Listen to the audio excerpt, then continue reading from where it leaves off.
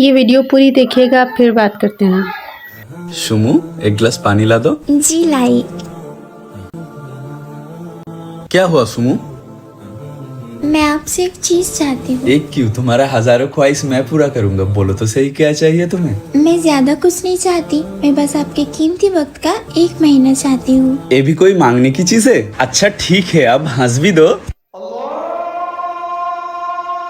चलो अब फटाफट वजू कर लो, अब मस्जिद में जाओ। अब तक तो जमात खत्म हो गया होगा। चल भाई, आता हूँ। आज भी मस्जिद नहीं जाऊंगा, उनको पता ही नहीं चलेगा।